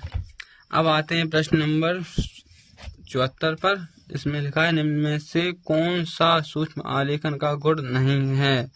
सूक्ष्म आलेखन का गुण नहीं है। अब इसमें अगर आप गौर से पढ़ेंगे तो आपको पता चल जाएगा कि सूक्ष्म आलेखन का गुण नहीं है। इसमें पढ़ो, संतुलन का होना। अगर सभी आलेखनों का इसमें प्रयोग हो रहा तो संतुलन होगा, जरूर होगा। ठीक है। किसी विशेष रूप का समावेश होना। विशेष रूप, आलेखन का विशेष रूप तो इसमें नहीं बनता है, ये वाला है नहीं बनता है। और साड़ी बनना, हाँ, आलेखन के सूक्ष्म रूप में साड़ी बनती है। ठीक है, साड़ी में पतली पतली और बारीकी डिजाइन की जाती है। सजावट का होना, अरे यार हमने आपसे कहा था ये नहीं वाला, मतलब ये सारे गलत हैं, क्योंकि ये सब होते हैं, सूक्ष्म आलेखन के गुण हैं। संतुलन का होना सूक्ष्म आलेखन का गुण है, साड़ी बनना सूक्ष्म आलेखन का गुण है, सजावट का होना सूक्ष्म आलेखन का गुण है। लेकिन किसी विशेष रूप का समावेश होना यानी नए रूप का आकार लेना, ये आलेखन का गुण नहीं है। सीधे ऑप्शन नंबर बी हमारा सही हो जाएगा। अब हम प्रश्न नंबर पहुंचते हैं 75 पर। इसमें लिखा है निम्न में से आपको प्रश्न दिखा नहीं, इसके लिए हम माफी चाहते हैं, क्योंकि हमारे पास अभी सुविधा नहीं है। इसीलिए हम आपसे गुजारिश करेंगे कि हमारे चैनल को सब्सक्राइब और लाइक जरूर करें, जिससे हम शिक्षा को और अच्छे तरीके से प्रसार कर सकें। निम्न में से कौन सा सजावट की दृष्टि से आलेखन नहीं है। अब बताइएगा, सजावट की दृष्टि से आलेखन नहीं है ये वाला, मतलब कि जो देखो धरती पर हम आलेखन बनाएंगे वह सजावट की दृष्टि से होगा। केंद्रीय आलेखन सजावट की दृष्टि से ही होता है। कोने में आलेखन भी सजावट की दृष्टि से बनता है। लेकिन ज्यामितीय आलेखन हमेशा चाप और सरल रेखाओं से बनता है, जिससे सजावट नहीं ज्ञान मिलता है। ये वाला सही होगा, ये गलत होंगे, सॉरी, ये नई के चक्कर में हो जाता है। ठीक है, ये नई बहुत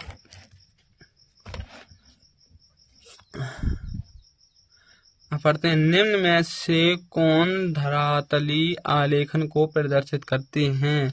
धरातलीय आलेखन को कौन प्रदर्शित करते हैं।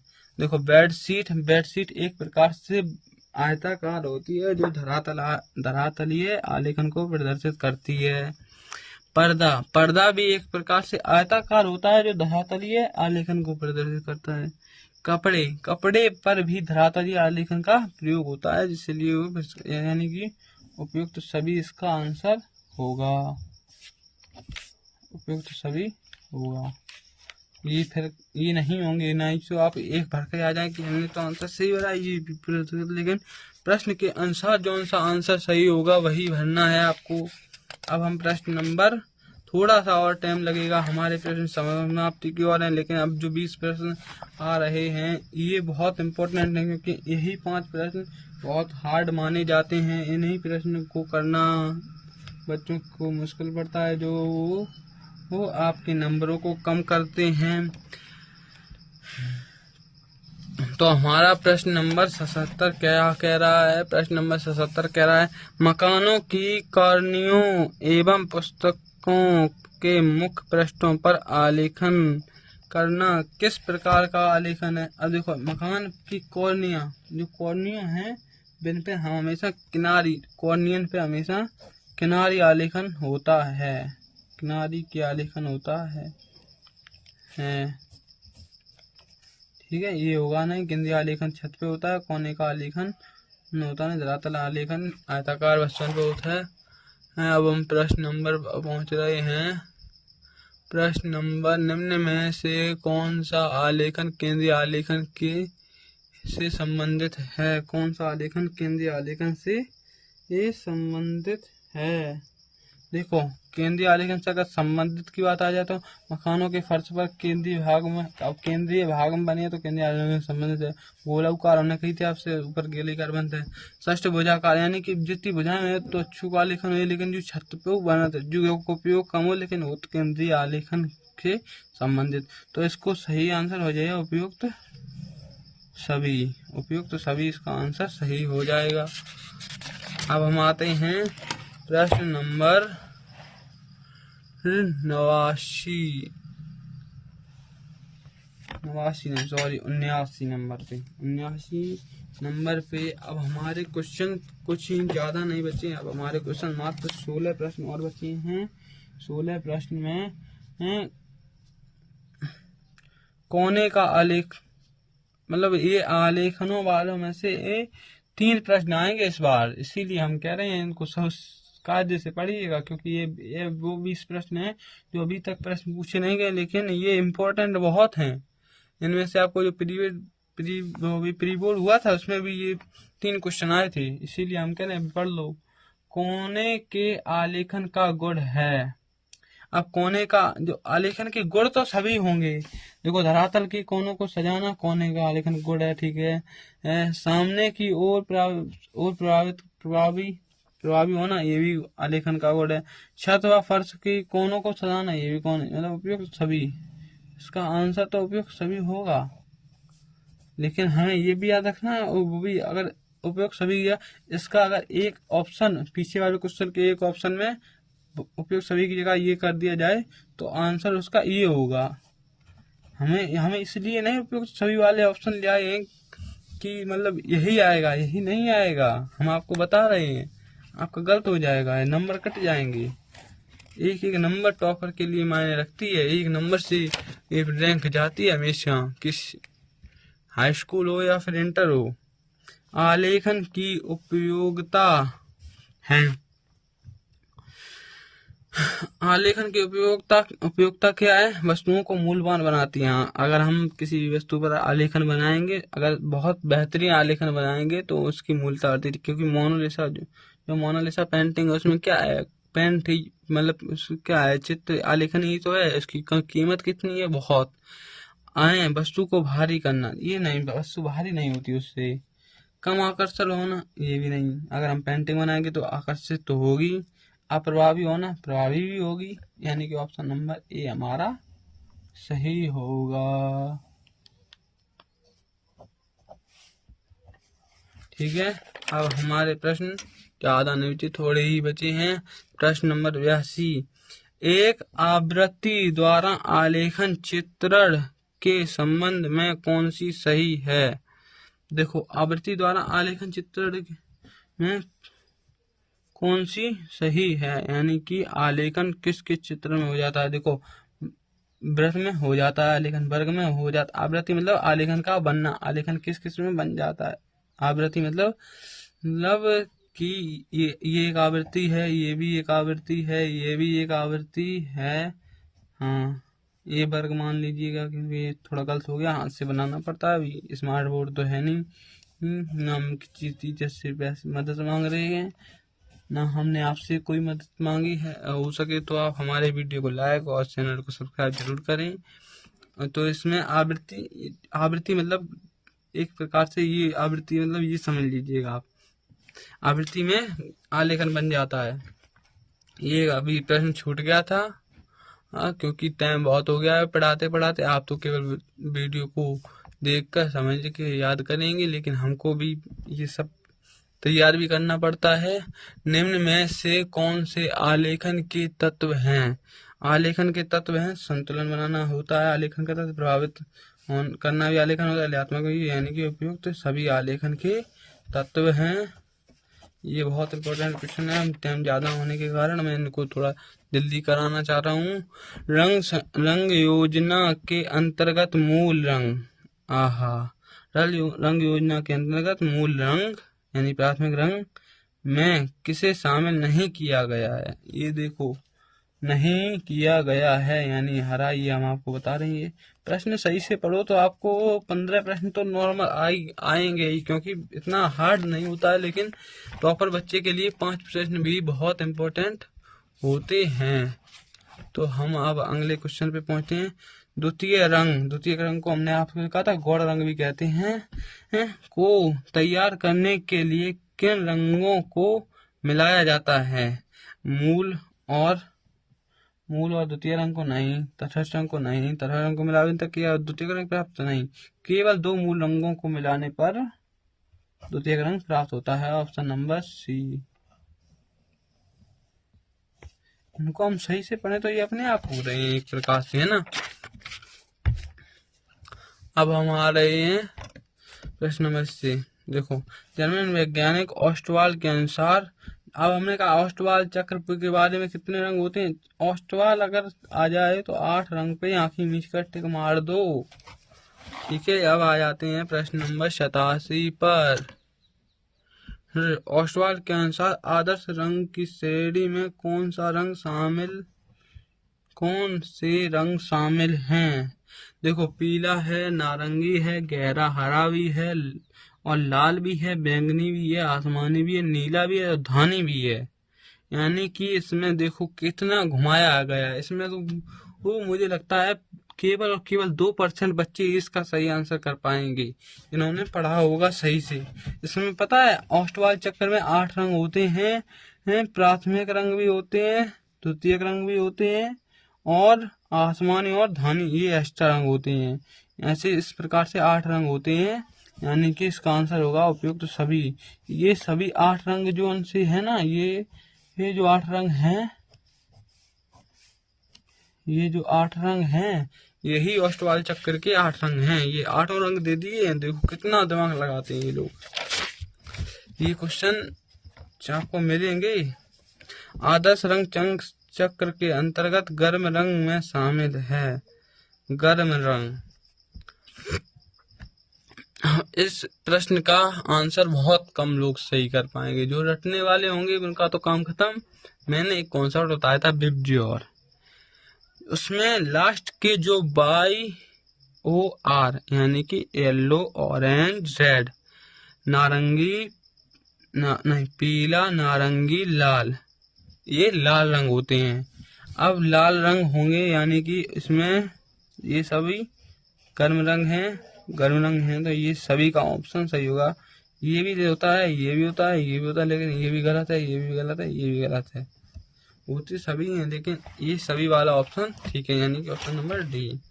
अब पहुंचते हैं, किसी विशिष्ट रंग में काले तथा सफेद रंग के मिश्रण से बनी विभिन्न शेड का निर्माण किस रंग संगति के अंतर्गत आता है।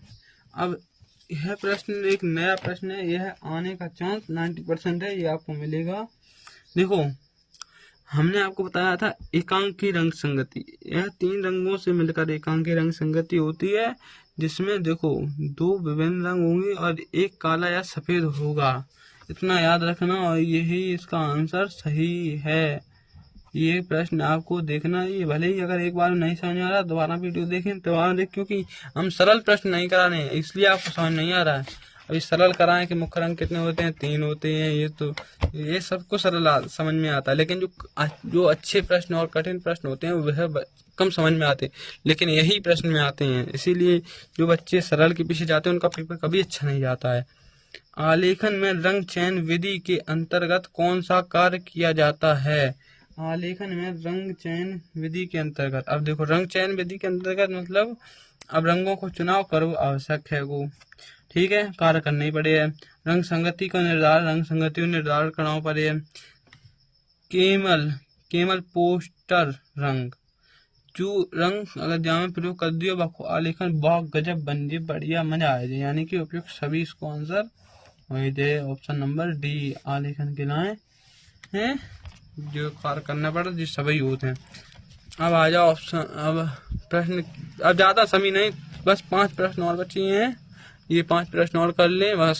सोई हम दावे के साथ कहते हैं कि 20 के 20 MCQ आपके फंसेंगे और आपने जैसे पहले भी कोई क्लासें ली गई उसमें आपके कितने सही हुए होंगे, 95 में से कितने सही होंगे ये मुझे अब ये कमेंट में बताएं। निम्न में से कौन सी आलेखन में रंग भरने की विधि है। अब देखो आलेखन में रंग भरने की विधि पूछ दी। अब ये नए प्रश्न नहीं बच्चों, सरल तो हैं लेकिन परेशान तो कर देंगे। हल्की पृष्ठभूमि से वाली विधि, अब हल्की पृष्ठभूमि से आप रंग भरते हो आलेखन में तो उससे रंग भरते तो हो ही, अब गहरी से भी भरते हो, एकांकी रंग संगति तो भरते ही होगे, क्योंकि बिना रंग के आलेखन अच्छा नहीं लगता है। ठीक है, और हमारे हाई स्कूल में शायद एकांकी रंग संगति का आलेखन पूछते हैं, क्योंकि उसमें 3 ही रंग अनिवार्य होते हैं। ठीक है बच्चों, अब हम प्रश्न नंबर पहुंचते हैं 92 पे। रंग भरने की कौन सी विधि आलेखन के अधिक सुंदरता प्रदान करने में सहायक होती है? रंग भरने की कौन सी विधि आलेखन को सुंदरता प्रदान करने में होती है? देखो, जो आलेखन में रंग भरो जितो गहरो रंग हो, यानी कि गहरी पृष्ठभूमि की वाली विधि आलेखन में बहुत सुंदरता प्रदान कर रही है। जो समझ में वाली बात है, जब कुछ रटने नहीं है, नेक्स्ट समझ लो, दिमाग लगा लो, यहीं पे यही वीडियो में देखते ही देखा नया का छुट्टे को बना लो अपने मन में और याद हो जाए ये तो गलत है। अब 93, एक सर्वथा नवीन रंग विधि के संबंध में कौन सी विशेषता सही है? स्केच पेन का प्रयोग होना, ऑप्शन ये तो है, स्केच पेन का प्रयोग होना, कम समय में आकर्षण आलेखन, गहरा हरा, हल्का हरा एवं आसमानी रंग का प्रयोग। गहरा हरा, देखो स्केच पेन का प्रयोग करना आवश्यक है, ठीक है, विशेष सही है मतलब कि, और कम समय में आकर्षक आलेखन ये भी सही है। हरा, हल्का हरा, गहरा हरा और आसमानी रंग का उपयोग से, यानी कि उपयुक्त तो सभी इसमें सही हैं। ठीक है, ऑप्शन नंबर डी सही है। अब आ जाते हैं, अब आखिरी के 2 प्रश्न बचे हैं। ये लो, ये क्या हो गया, ये लास्ट प्रॉब्लम है। चलो हम ऐसे ही कॉम्प्रोमाइज करते हैं।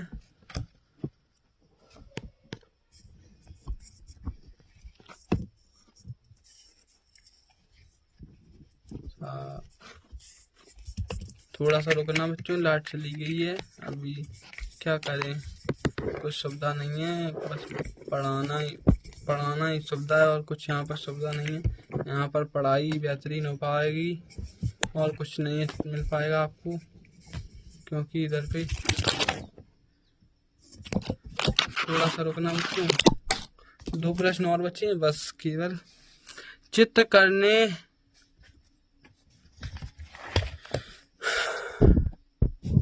देखो आपको प्रश्न दिख रहा हो तो सही है, नहीं तो ये 2 प्रश्न हम आपको PDF भेजेंगे। चित्रण करते समय निम्न में से किन आवश्यक वस्तुओं के उपयोग पर ध्यान देना चाहिए?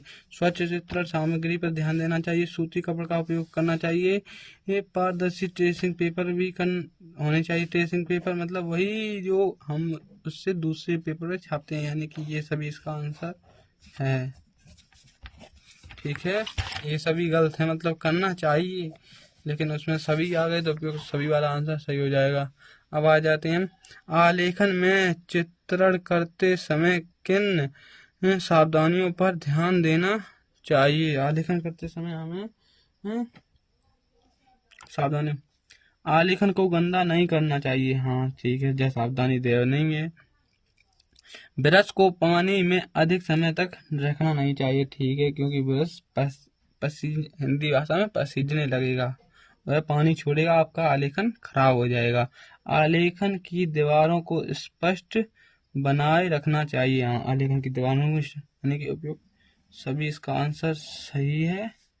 और इस प्रश्न के साथ हमारे प्रश्न खत्म होते हैं। यह 95 प्रश्न आपके बोर्ड एग्जाम के लिए काफ़ी हैं, क्योंकि इससे बाहर कुछ नहीं आएगा। इससे अगर ये आपने 95 सही से समझ लिए तो 20 में 20 आपके पक्के हो जाएंगे। और आप हमें कमेंट में ज़रूर बताएं कि आपने कितने सही किए हैं और कितने गलत किए हैं। गलत कितने किए ये भी सही बताएं, क्योंकि सही वाले ये हैं, गलत वाले ये हैं। आप हमें कमेंट में ज़रूर बताएं और हमने आपको जो 2-3 प्रश्न डाउट में थे इनको आप सही से समझ पाएं। धन्यवाद, अब मिलते हैं अगले वीडियो में।